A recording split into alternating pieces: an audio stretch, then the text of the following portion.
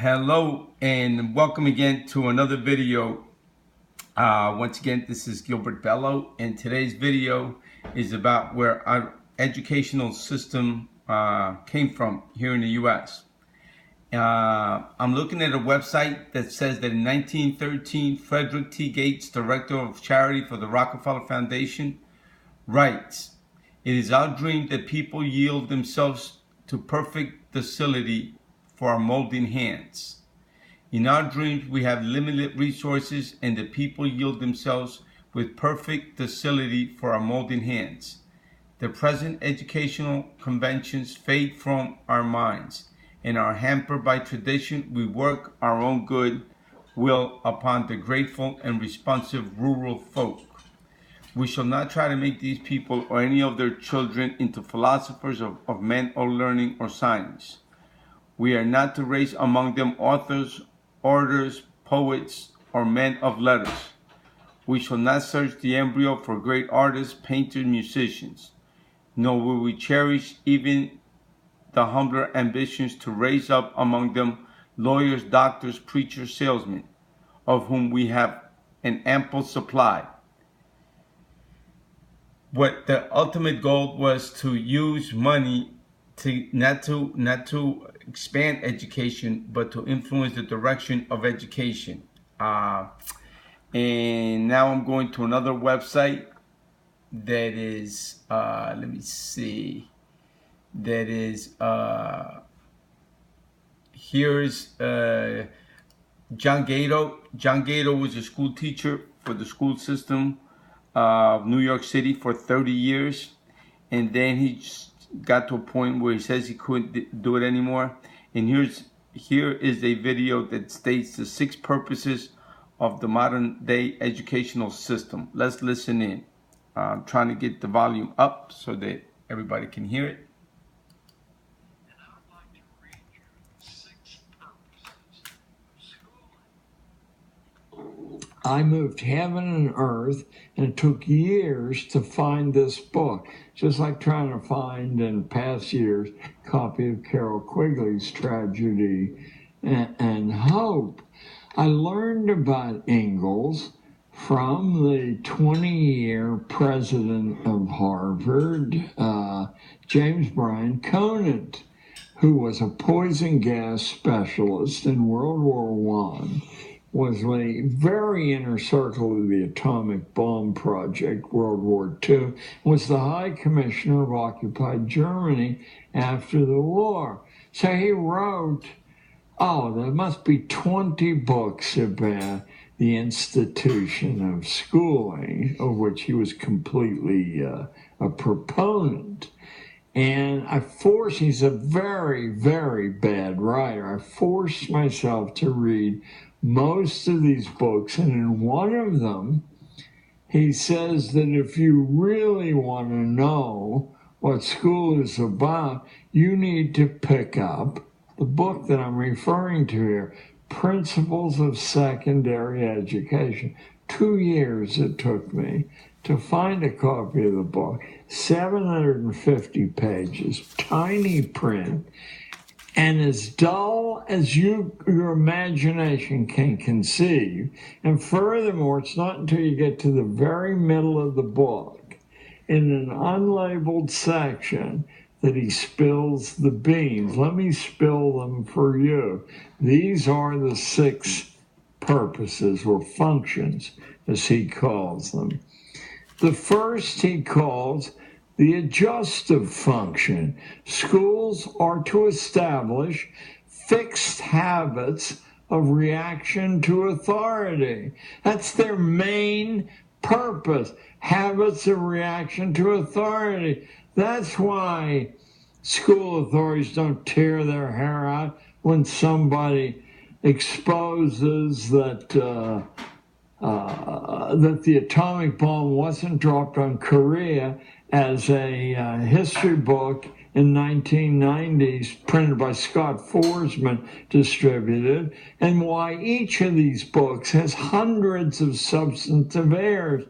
Learning isn't the reason the texts are distributed. So first is the adjustive function, fixed habits. Now, here comes the wonderful insight that being able to analyze the detail will give you. How can you establish whether someone has successfully developed this automatic reaction? Because people have a proclivity when they're given sensible orders to follow it. That's not what they want to reach. The only way you can measure this is to give stupid orders and people automatically follow those. Now you've achieved function 1. Have you ever wondered why some of the foolish things schools do are allowed to continue? Number 2, he calls it the integrating function, but it's easier to understand if you call it the conformity function. It's to make children as alike as possible, the gifted children and the stupid as alike as possible, because market research uses statistical sampling, and it only works if people react generally the same way. The third function he calls the directive function.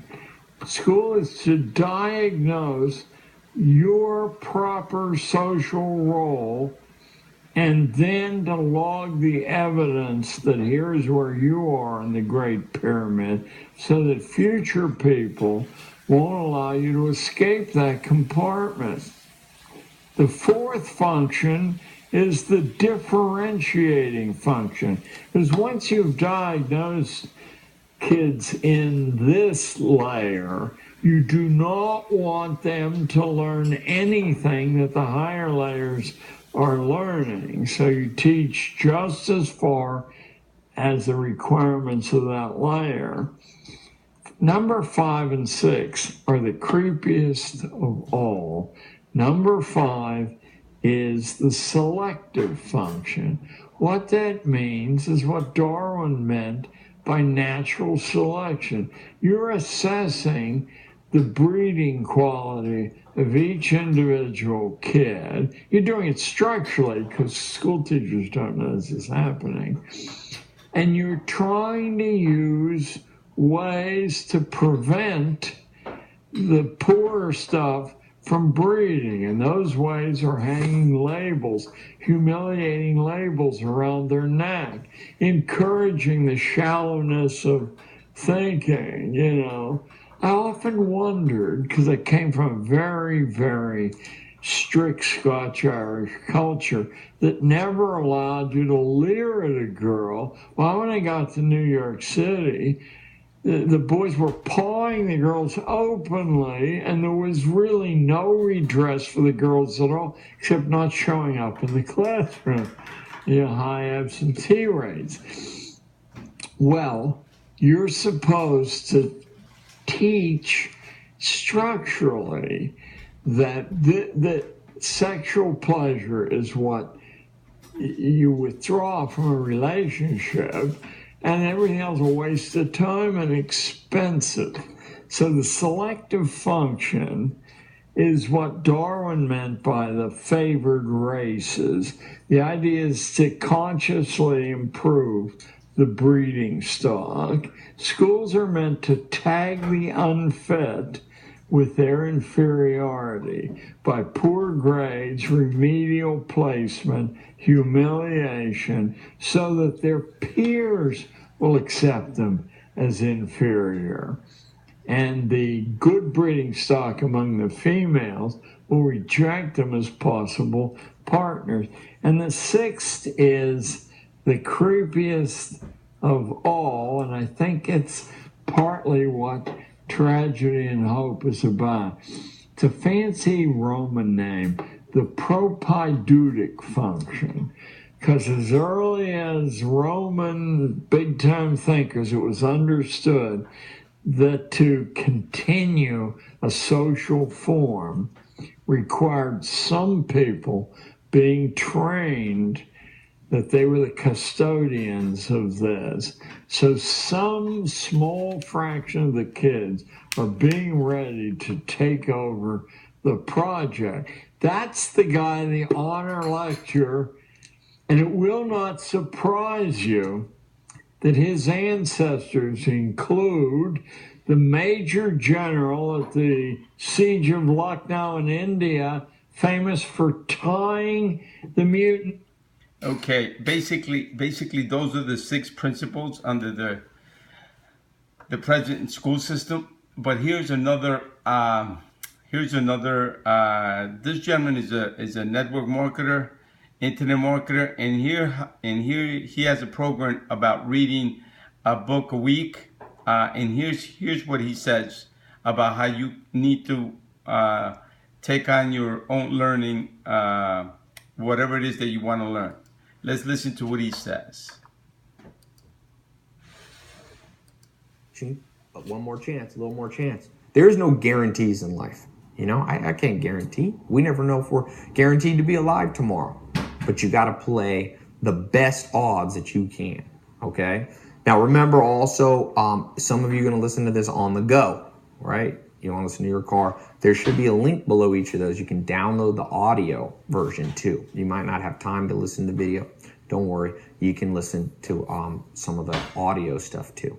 But however you work best, if you're a video person, if you're an audio person, if you work best in social settings, if you work best by going in a room and just thinking on your own, find your way. As Peter Drucker says, find how you learn, okay? Rewire your brain. Double down on yourself. Never stop investing in your brain. And you will never regret it, and you will never find a smart person on this planet. From presidents, prime ministers, geniuses, millionaires, you'll never find somebody that says, oh no, don't invest in your own brain. That's universally agreed. And when people universally agree, of all walks of life, all religions, all faiths, all backgrounds, listen, okay? School has an education system robbed most of us. It robbed us of the interest and the will to learn. This is the time to change everything, okay? So I'm excited. I will see you now. Okay, he just stated that the school system has robbed people of the interest to learn. And this is why most people don't read once they graduate high school or college. And this is why a lot of the educational system, no financial education is given. Here is a neurosurgeon speaking or being interviewed by Oprah as to what happens in Western society when the right side of the brain is not developed. So let's listen in on that interview. I'm more focused on language because the portion of my brain that did provide context for me, that would have been disturbed. So I would have been more detailed, more methodical, more caught up in those kinds of details of importance, and found that as very important. And it's important to me to be right. And it's important for me to, what is right and wrong and what is good and bad, and more caught in that kind of thinking pattern. Without the perspective of the right hemisphere. Right. They balance. Mm-hmm. Yeah, in the normal brain, it balances. Mm-hmm. Yeah. So without the perspective of the right hemisphere, it would have just made you all ego? I'm afraid so. Mm-hmm, mm-hmm. I'm afraid so. Mm-hmm. Yeah. So if you're going to have a stroke, good to have it in the left hemisphere. Well, and it's interesting because 4 times more strokes happen in the left hemisphere in our society. Mm-hmm. And I think that it's a good thing because, okay, you lose language, you lose your connection to the external world, but you still have a presence and an awareness, and then perhaps you can learn back those skills in the external world again, because our society is designed to train us on those things. That's right. Our society is not designed to teach you right hemisphere stuff. It's not designed to teach us about presence. That's right. Which is what has been so exciting with the it's been beautiful. Earth. Now, you just heard it from Oprah and a neurosurgeon that Western society, the school system, is not to teach us to use the right side of our brain, meaning our imagination, intuition, creativity. So therefore, the game has been rigged from the get-go. But I ask you, how many people know this in our society? Anyway, once again, this is Gilbert Bello. If you want to leave a comment, please leave a comment below, or you can reach me at gilbertbello.com through Skype or on my Facebook page. The game is rigged. Take care and have a good one.